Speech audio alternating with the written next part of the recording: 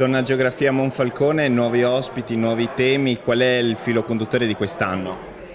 La geografia, come dice la parola stessa, è declinata in moltissimi modi, nello spazio e anche in fondo nel tempo, perché la geografia cambia nel tempo, con ospiti da un lato di rinomanza e di risonanza, insomma, che attirano, credo e spero, anche un pubblico diciamo più di appassionati ma non accaniti studiosi o diciamo ricercatori.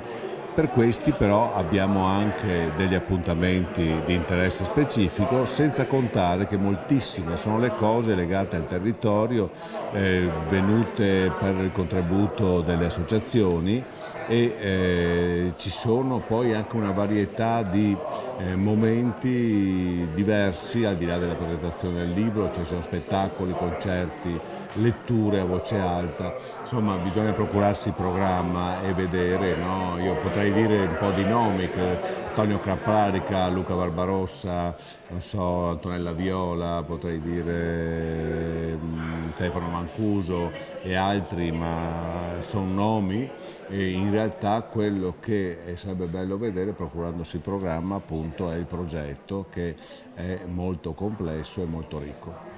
Ci sarà anche uno spazio per i ragazzi, appositamente studiato per i ragazzi, si punta anche a coinvolgere i più giovani. Anzi, i ragazzi sono al centro e questo è anche l'aspetto importante del festival. I ragazzi, i giovani, sia addirittura come protagonisti sotto molti aspetti, perché leggono, suonano, recitano, ma è come destinatari di alcuni appunto, appuntamenti importanti. Oltre che, ripeto, è pensata per loro una grande parte del festival perché